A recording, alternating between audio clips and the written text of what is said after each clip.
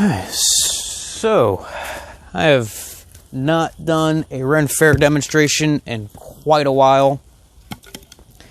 And you know what? I miss it. This year, I'm sure you remember everything going on. How could you not? Ren Fair is still going on. I'm not going to be out there. For me personally, I think it would just be irresponsible. But I had been looking forward to coming back this year and doing my demonstrations again. So I'm going to start off doing one here at home. I've got this piece of elm that I started off already squaring off a little bit. And I'm going to bring this squared off section a little bit higher up. And then I'm going to go over to my shaving horse over there and use draw knives to kind of clean it up a little bit. And ultimately, I'm going to be making myself a new mallet that'll look like this one. Probably be a gift for a friend of mine that got himself a brand new medieval tent for Viking reenactment. So I'm going to give him a good medieval looking mallet for driving his tent pegs. Alright, so let's get started. Start off with, I'm going to be using this axe. This is a framing axe. And I want to show you the one face of this axe is flush all the way across. The other face has a steep bevel to it. Now the reason that it's flat on one side and beveled and sharpened on the other side is so that the axe can pair flat and flush to the wood. If it was beveled on both sides, it would be good for chopping into or splitting the wood, but being flat, it's good for, cutting flat, get this nice smooth flat surface. So let's get started.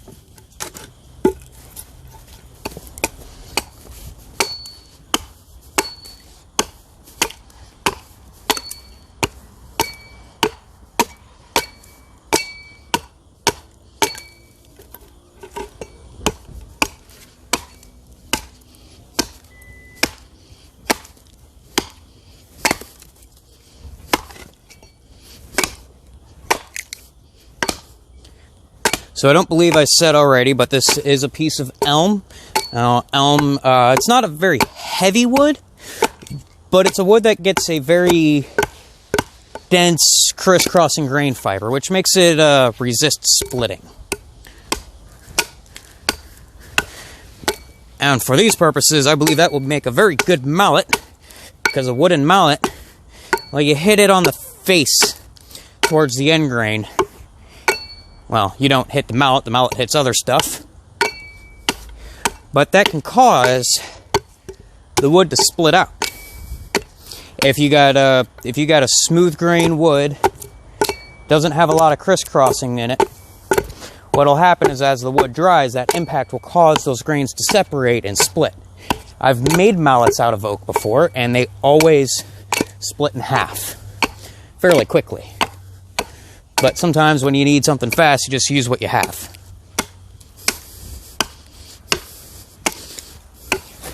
Alright, so I'm on the third side. As soon as I'm done with this side, I can do the fourth side, and we can move over to the shaving horse.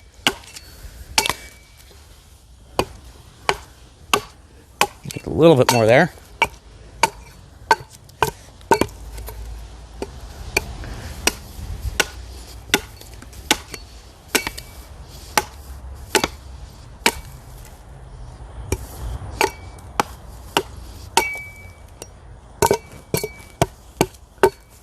Alright, that looks roughly square. That'll be good enough. So, over here to the shaving horse. If you are not familiar with a shaving horse, it is a specialized type of carpentry woodworking bench. Now you've got this arm that pivots, and you've got this sloped ramp. Now when you push your foot forward on this bar, whole thing comes back, and it functions like a very large clamp, which will hold a piece of wood in place for you, leaving your hands free to carve. And to carve, I'm going to use this tool here called a draw knife, and start cutting down all that rough, split out wood until I get something a little bit smoother and flatter. Now, depending on what sort of project I'm working on, I could take this down to be very smooth, almost glass-like.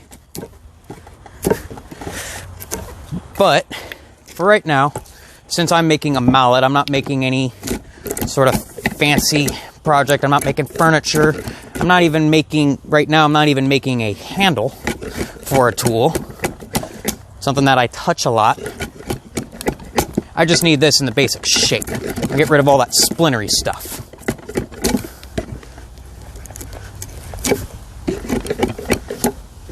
So you can see how this works.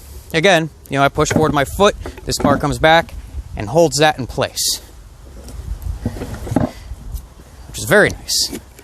Got both hands free to carve.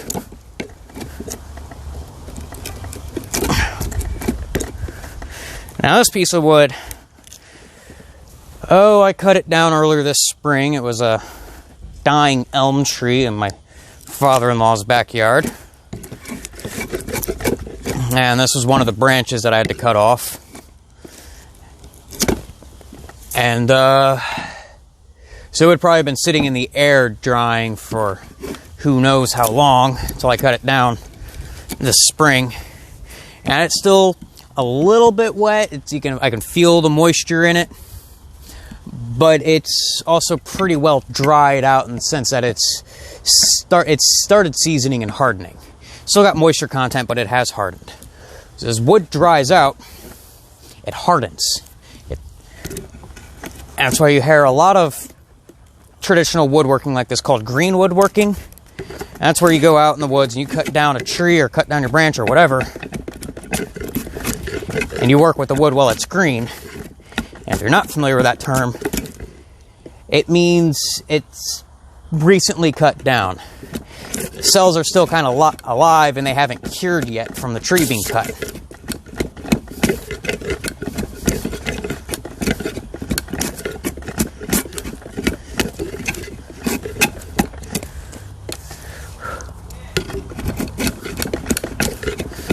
Now, I'm not going to use this whole section that I'm squaring off for the mallet head.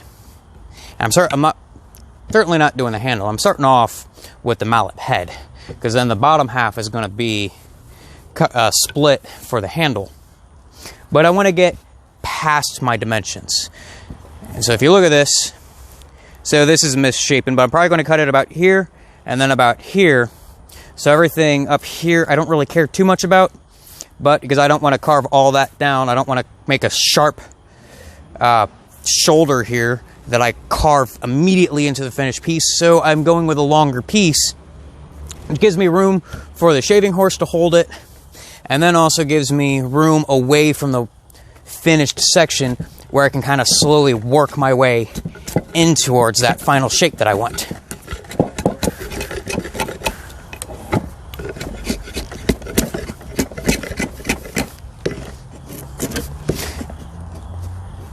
Now you'll notice as I'm going through, I'm also cutting off these corners to where I'm not just getting a crisp edge square. I'm getting, these, I'm not going to call it a nice beveled edge, but I'm giving it a beveled edge.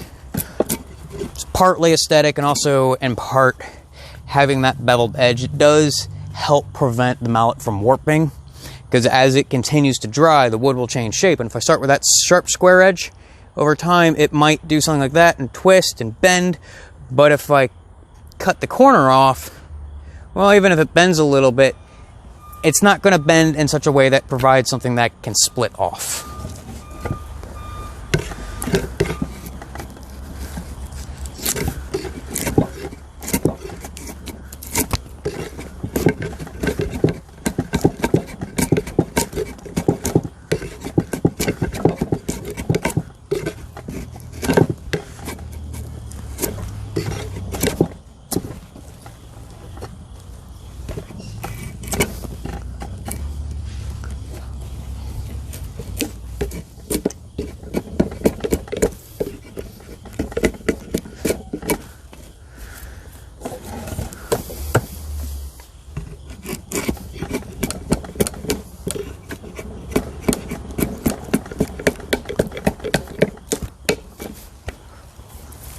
Normally about here, working at the festival, I get to a point where I'll just kind of stop and ask if anyone has questions. Unfortunately, can't do that now, so I'm just going to keep working.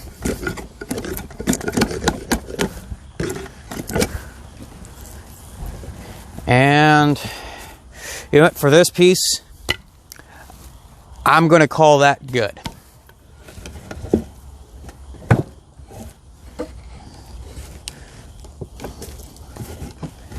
See if I can get this rotated somewhere that'll hold this nice and firm for the next step. Might not be able to.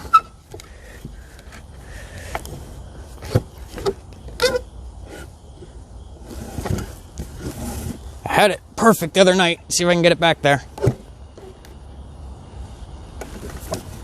Nope. All right. So I might be doing this the hard way, but give me just a moment. Let me grab my auger.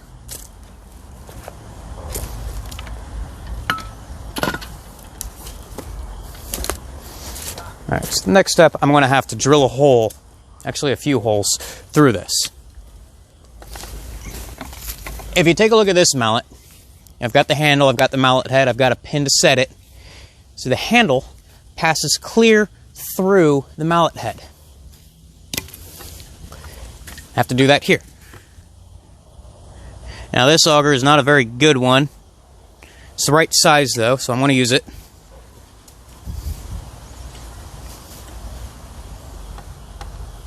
I want to set that off a little bit further in. There we go. I can always cut off a little bit of extra length on the mallet head if I have to, and I'd rather do that than try and put it back on. Putting wood back on doesn't usually work out too well.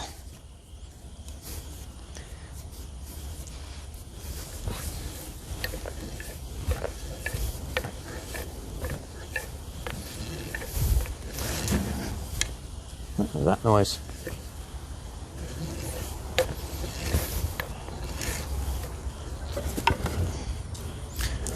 Alright, I am going to have to set this down.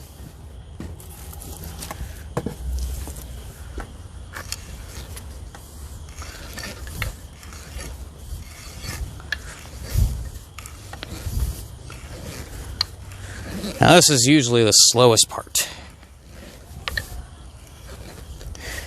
So I'm just going to sit while I work on this for right now.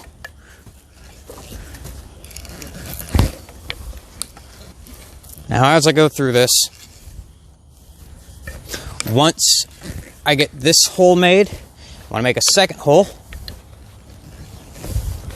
right next to the first so that I've got two holes that I can then use my chisels to kind of chop out into a rectangle. And then that rectangle is going to be cut on a tape, have a taper that goes through the mallet head. Now that first mallet I showed you has a pin in it. I'm not going to put a pin in this one.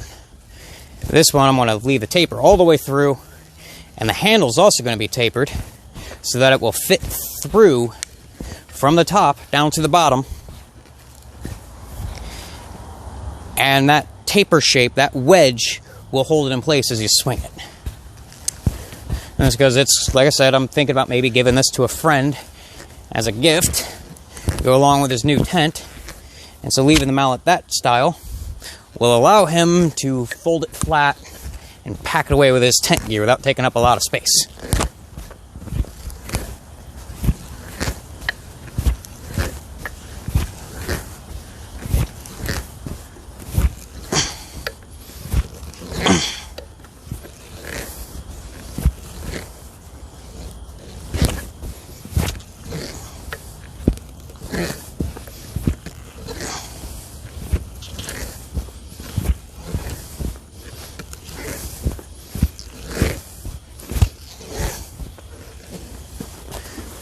Scoop this back a little bit.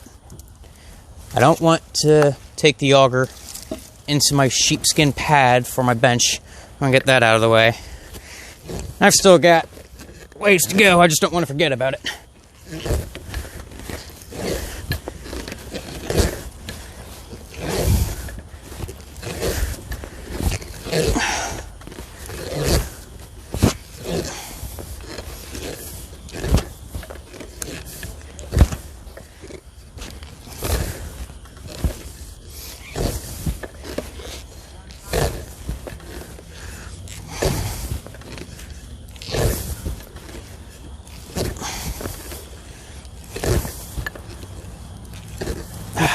Hang on. So, I want to stop for a moment and talk about this new shaving horse. Now, if you've seen me work out at the festival before, you've seen me use a very different looking shaving horse. Functionally, it's the same. Outline profile is the same. But normally I use a shaving horse that's made from one solid log. This ramp being, and the seat here being carved out from a solid piece. I made this just to have something lightweight I can have here at home. And you know what? There's one thing I really like about this design. I have a sheltered place to keep my drink. I got this nice little cubby hole right down here, and I like it. I was having to worry about where I can set a drink down without getting wood chips in it. I think that keeps it protected quite nicely.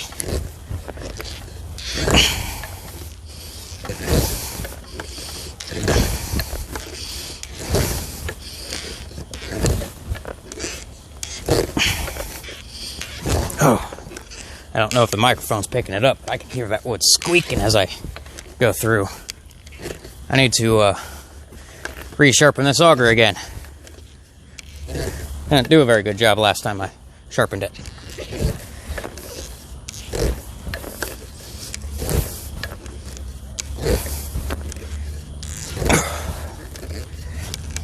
All right, almost through.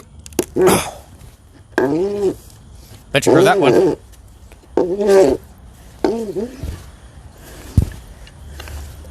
Whew.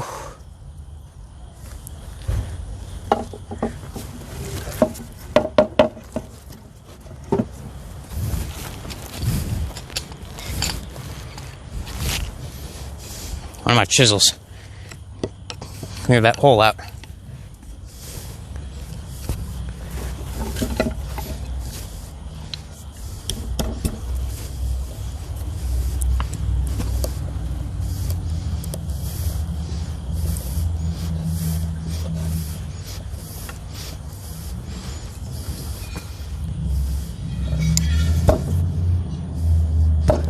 Alright, I'm gonna get one thing here real quick.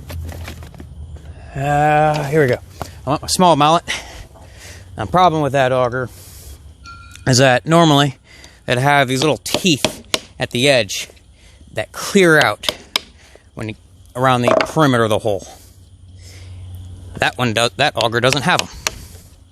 So when I get to the very bottom, I gotta take a chisel and manually shape that hole up.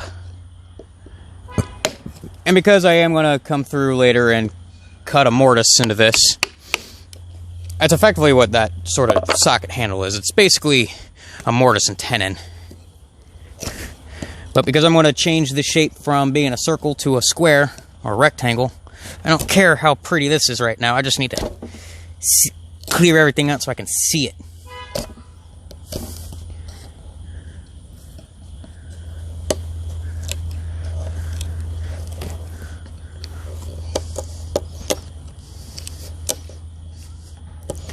All right, there we go. Now, and as slow and tedious as that was, I hate to tell you, I got to do it again. I got to do it 2 times.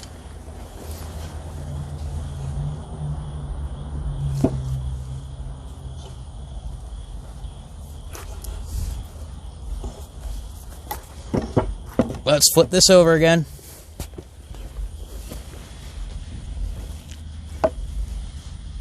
Ooh, let me tell you, I'm glad that I did come back a little bit, because I just realized that was the wrong side, and so I'm going to lose a little bit more girth than I thought, or a little bit more length than I thought. So, we'll make do with that.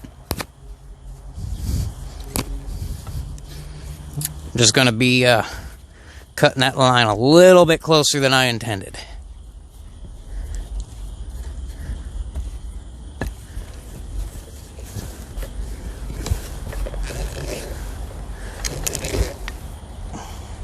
Alright. Starting to grab.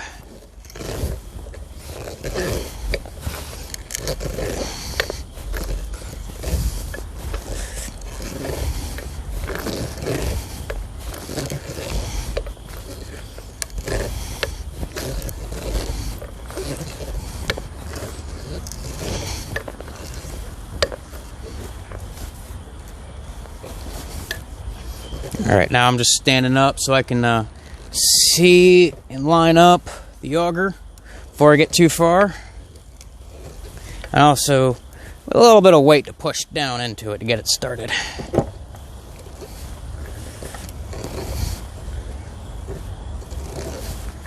But I do want these holes to line up right.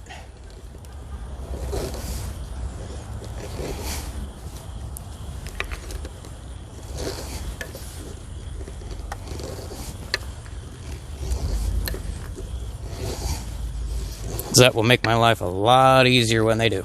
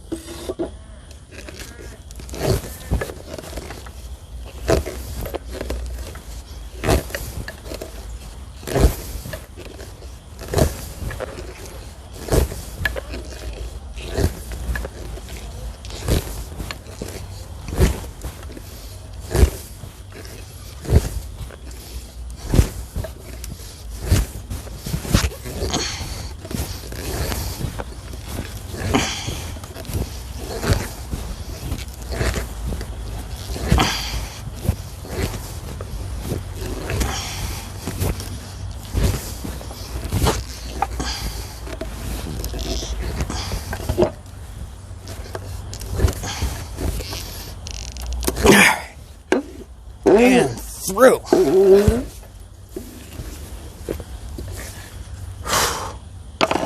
That is exhausting. Not in the same condition I was when I started doing all this. Oh, I've been doing the festival for, I guess this would have been 15th season since I joined. I've been doing various types of woodwork since before that. So, I ain't my 20s anymore. I get tired.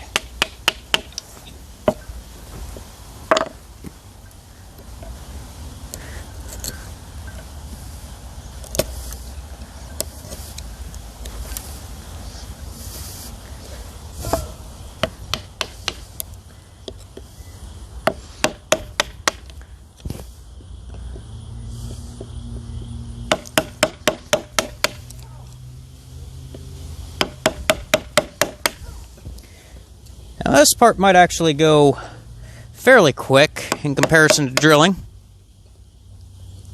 And you know what? I'm going to bring the camera over so you can actually watch what I'm doing here. There's much more to watch on this.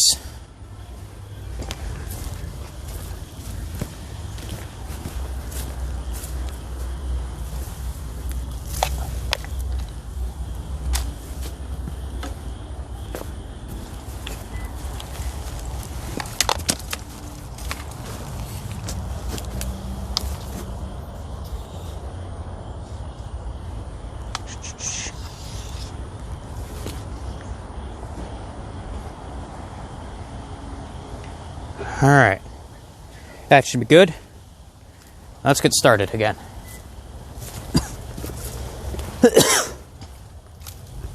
Alright, so if you look down here, so you got 2 holes drilled through, and this backside's a little bit of a mess. I just want to start off, clean out that backside just enough so I can see what's going on.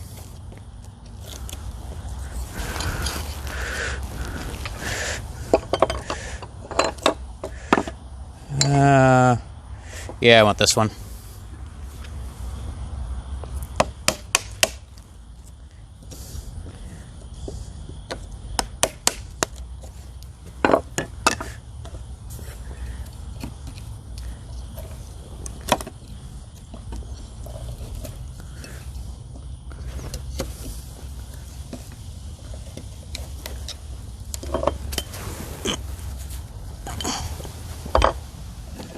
This out of the way so I have somewhere to actually lay out my chisels.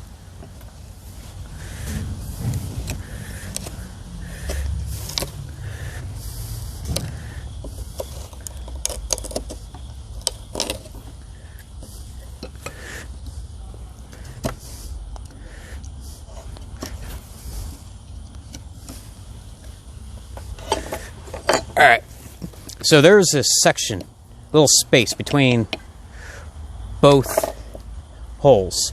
First thing I want to do is get rid of that. I'm actually going to grab another little thing of chisels I got in here because some others that I like a little bit more for that.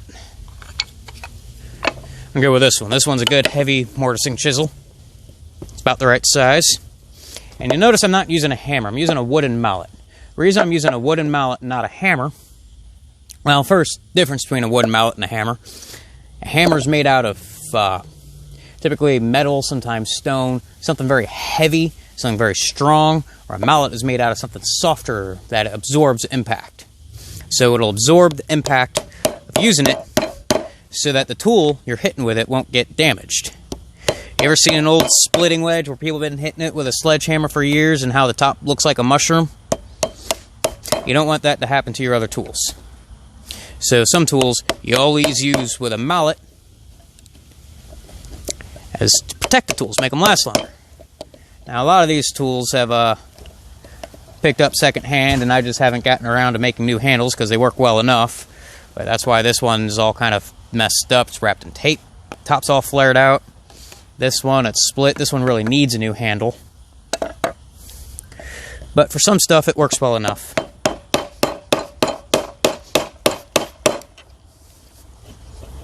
So I'm taking my mortising chisel and I'm just paring straight down the sides to clear out that gap in between the 2 pieces. Chop on one side, chop on the other, and then go right in the middle and lever it out. Nope, had it. Get back here. Comes out looking like that.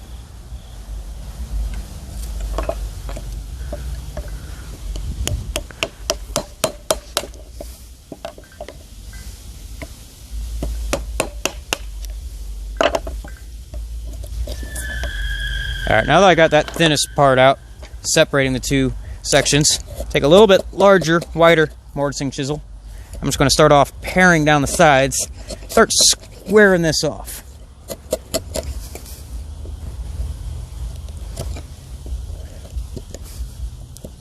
And occasionally go through and use the mallet because it just, why not? Makes it easier.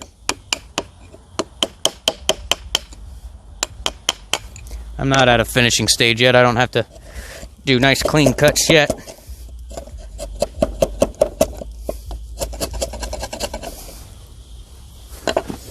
Let's flip over. Go to the top side. Also, sitting on this log's getting uncomfortable. I'm going to put down my sheepskin, give myself a little bit of cushioning there.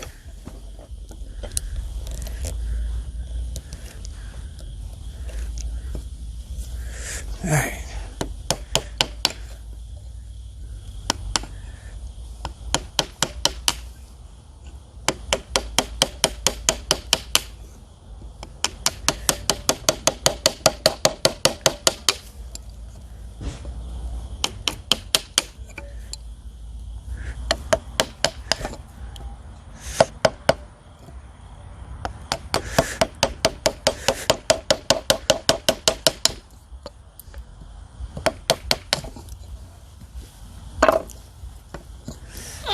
Alright, overall this hole is still very rough, but I do have it pared out. Kind of pared down the sides. Now, I need to square these corners off. I'm going to start off again with the mortising chisel. And I'm going to more or less kind of stamp out a perimeter of where I want this shape to be. And this will do a few things for you. One, it'll give me a guide to work with. But also,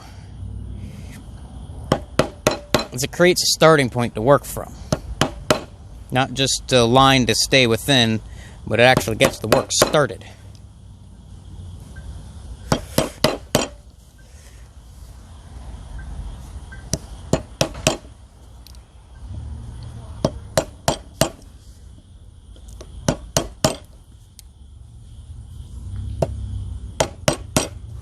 Alright. Back to that other smaller chisel.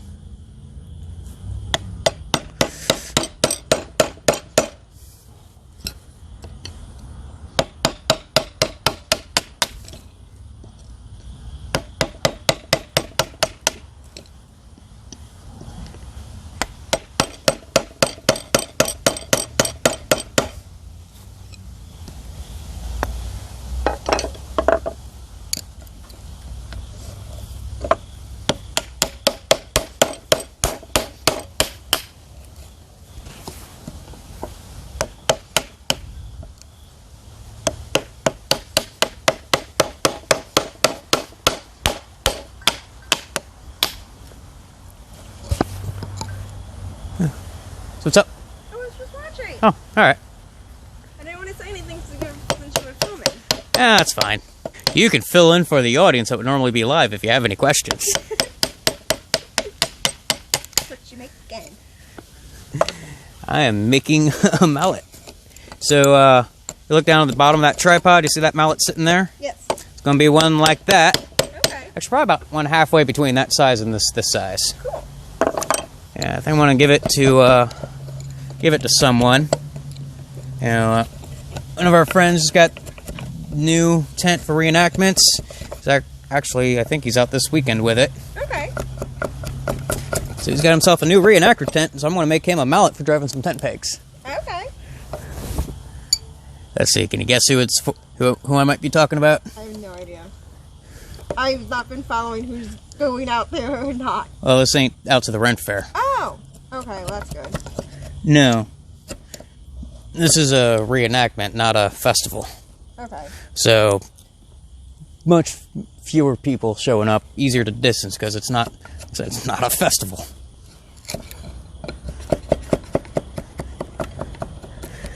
I mean, honestly, if it were me, I probably still wouldn't even do that, but that would be easier to justify than working at a fair. Also, so you know, it's about 1:15. Oh, alright, thank you. Because I know you don't have a time thingy on you. Nope. That would be on my phone, which is currently recording. Yeah. Well, might have gone a bit aggressive with that one. Alright, love ya. Hey, what?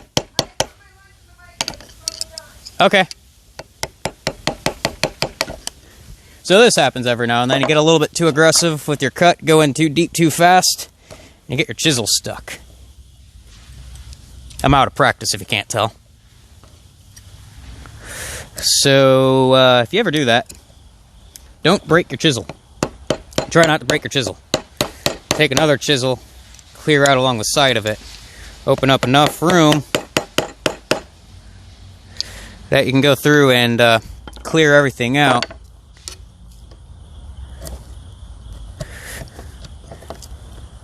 There we go. It's out. It's free. Chisel has been freed. Let's go clean all that extra wood out so I can go and make that dive.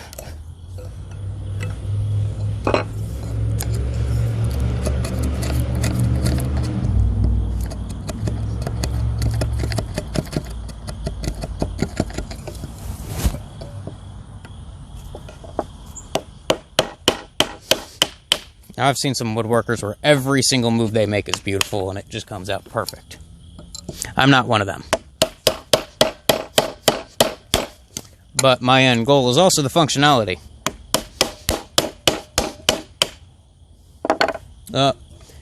My drink's popping off. I guess it's time to, saying it's time to have another drink.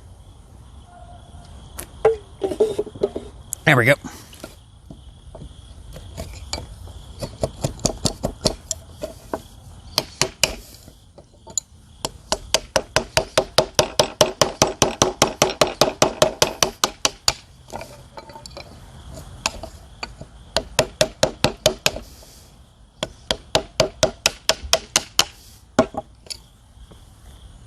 Oh, yeah, remember how I described that this mallet head is not going to have the handle pinned in place so it can kind of collapse and fold? This is what I'm talking about. If you look at the shape of the handle, it flares outwards. And if you look at the size of the hole, to give you something for a good comparison guide here, see, that's about 1.5 times the size or width of the chisel, and that's about 1 1/4 times. Okay, 1 2/3, 1 1/2. So there is a taper to it, and so as you swing it, because this wants to go out when you swing, yeah, just an easy example. When you swing it, it gets tight and holds itself tight. And that's what this is going to be like.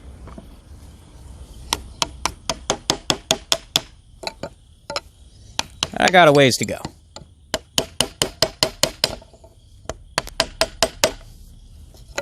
However, I am far enough in that I'm now going to go through. I'm going to come a little bit outside, wherever I got that hole. I'm going to make some more marks. Remember how I said this has to be tapered? Right now I'm working on a square hole. I need a tapered hole.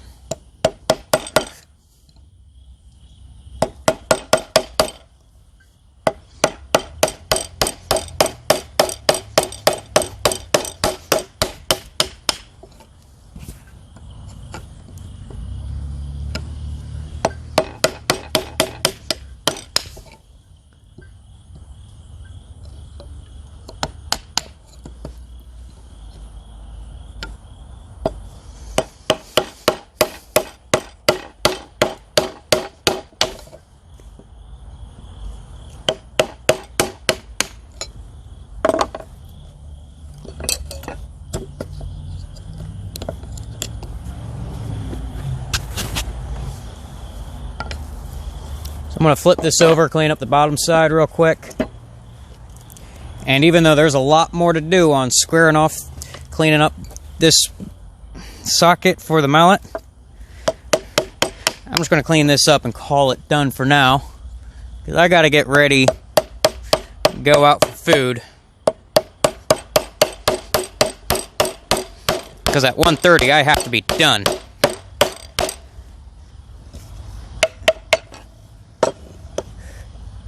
Come on.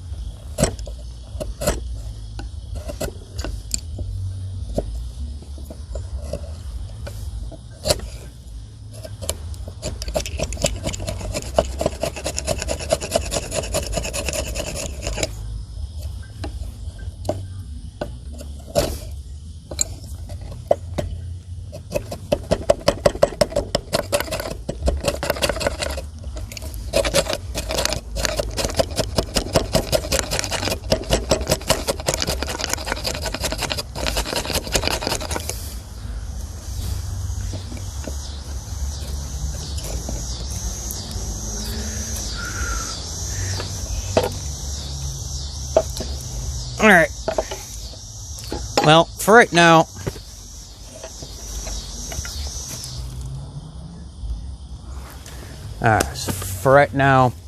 I'm done with this. I gotta pick my tools up, get changed, go out to dinner. So I will resume recording at a later date. Au revoir.